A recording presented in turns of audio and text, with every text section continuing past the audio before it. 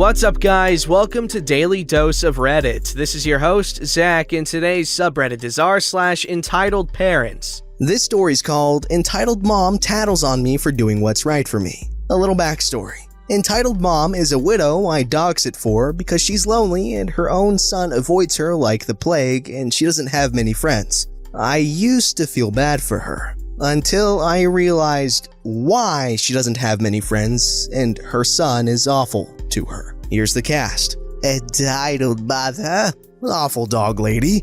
Grown son, her grown-up son, who she always complains is so mean to her.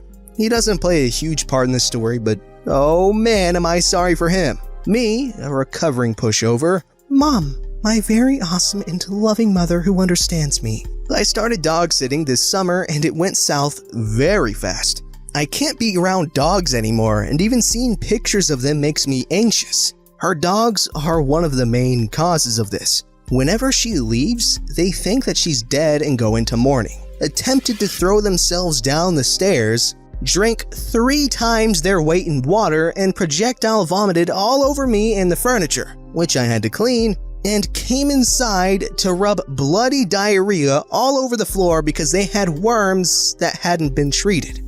They are horribly trained, smell awful, and their mouths and teeth are so nasty that it makes me want to gag. Her dogs are so old that I have to carry them down the stairs so they can pee on the deck because they can't walk far enough to get to the grass. She always dismisses my concerns as them just missing me. Every time I watch dogs, things get worse and worse. I could write a book with my dog-sitting horror stories. So basically, I can't watch any dogs without having a mental breakdown, and most of my customers understood this and stopped asking me to dog sit. Not Entitled Mother.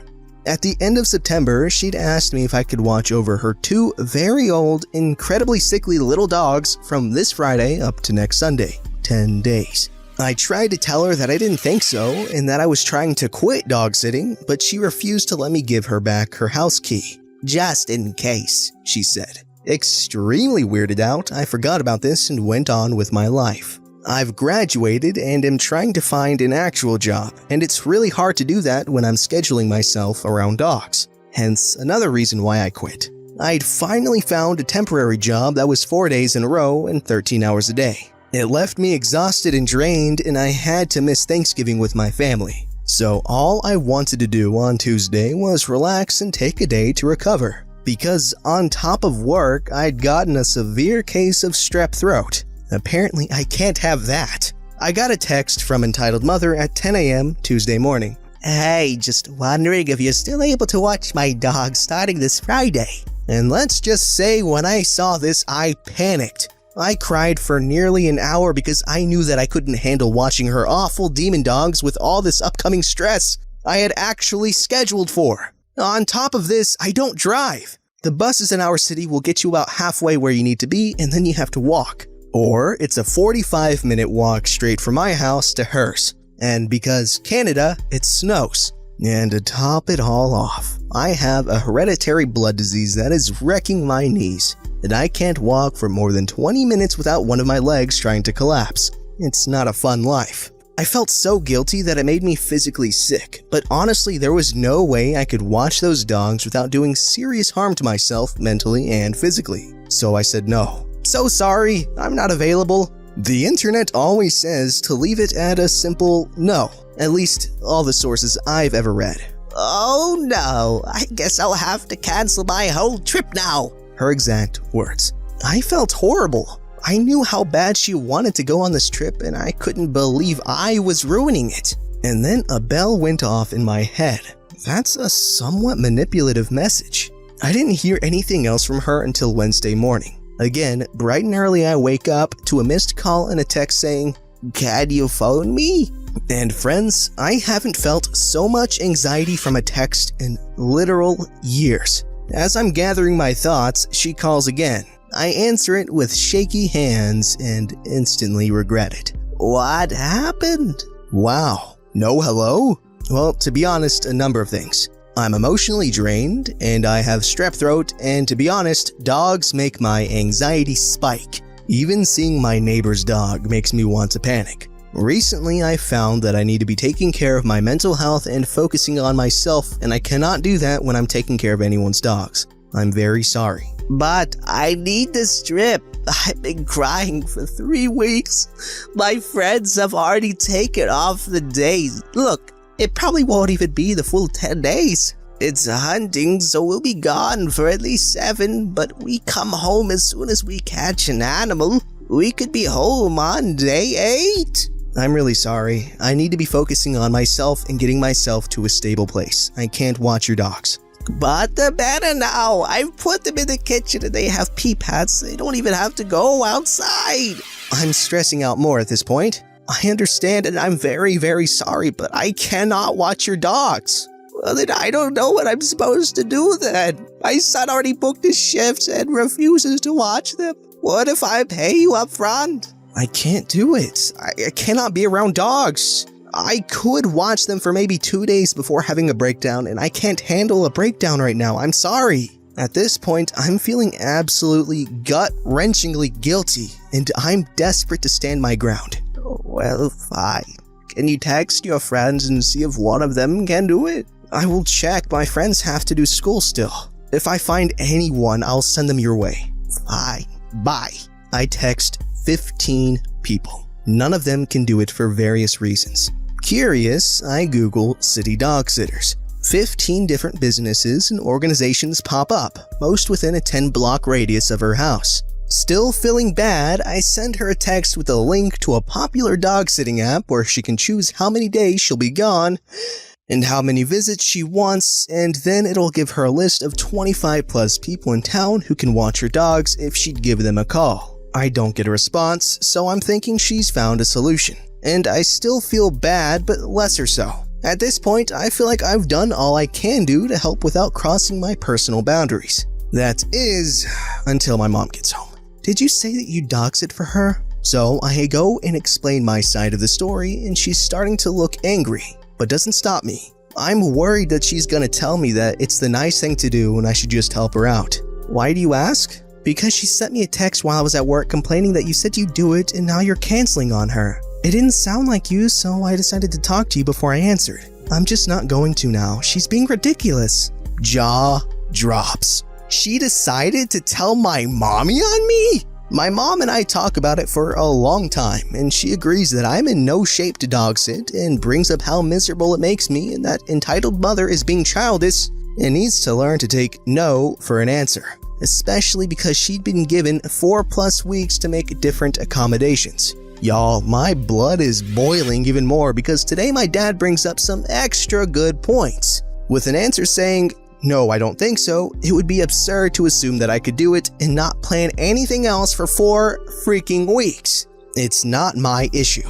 There are plenty of dog sitters in town. She can take her dogs with her or even board them at a kennel. If she really wanted to go on this vacation as badly as she's making it seem, you'd think she'd use one of the dozens of other ways to go. This woman was never told no, not by her late husband or her parents, and it's made her super demanding. That's why her son is so crappy to her. He's literally just standing up for himself. Now, this 60-year-old woman is throwing a tantrum because I'm prioritizing my needs over hers/her dog's. She's trying to manipulate me by saying things like that she's having to cancel her whole trip and that she's been crying for 3 weeks. And then texting my mom to try and get my mom to force me into it. And then trying to put the responsibility on me to find a replacement. She's expecting me to drop everything I'm doing to serve her because I've watched her dogs for her as a favor before.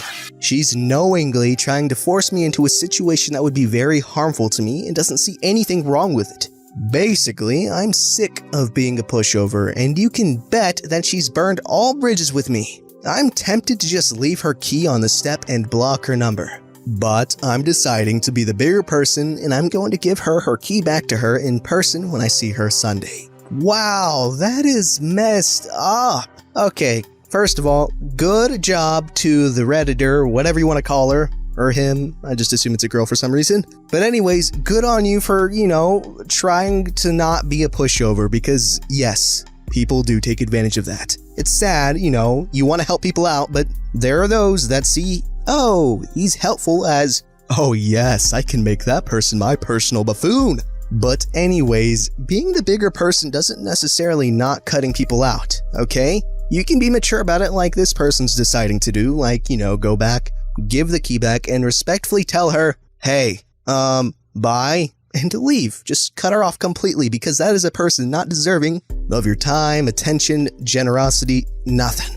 This story is called Actual Karen Upset I Dyed My Hair. When I was about 15, I attended a very religious Baptist school. It was bat guano. On to the story. So at 15, I really wanted to dye my hair. My mother always had, and I was excited about trying something other than the dishwater brown I had. I begged, and my mom finally said okay as long as it was semi-permanent. I desperately wanted red, so off to Walmart we went. We found a foam mousse that said it lasted 2 weeks.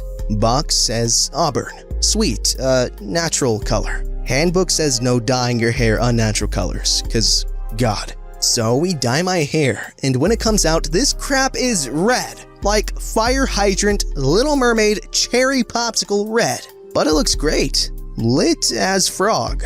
I am thrilled, but I'm nervous and ask my mom if she thinks it'll be okay and if I'll get in trouble. She works as a teaching assistant at the school, and so she says she doesn't think it'll be a problem, and we head to school the next day. Also on this day, we're doing a volunteer day to stack wood for an old man. Welcome to New England. I get to school, and once inside, the hat comes off. It's a very small school. Entire high school is about 30 people and 5 teachers. Loads of compliments, teachers too. All is well, but not for entitled Karen. She's got a face like a shrunken sphincter, and she's been glaring at me all morning. I hate this goody two-shoes bimbo anyway, so I ignore her.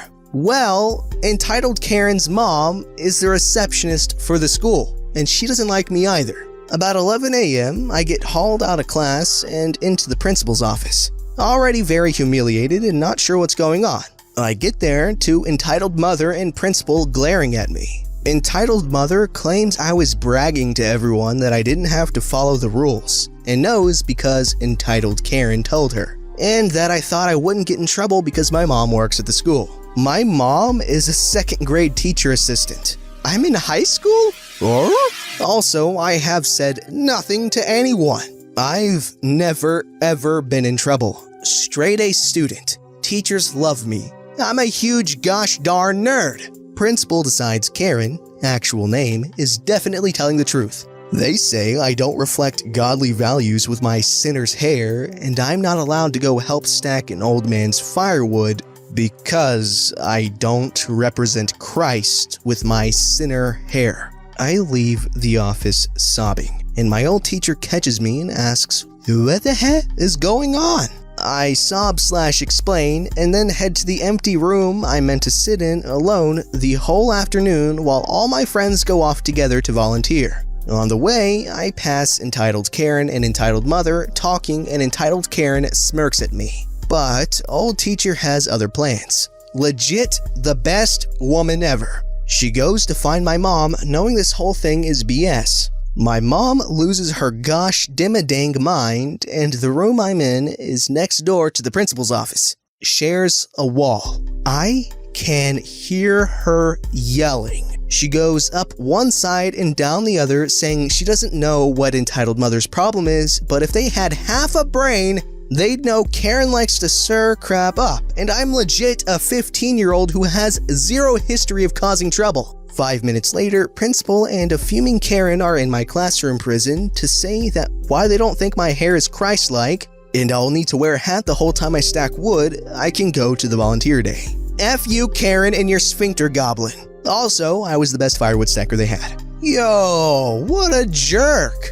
The both of them, no, the trio, the principal, the Karen, the Karen mini junior man lady, demon lady spawn. Sorry, my brain was scrambling for the correct words to use. But geez, what a load of jerks, the lot of them. I'm sucking at talking, I'm sorry.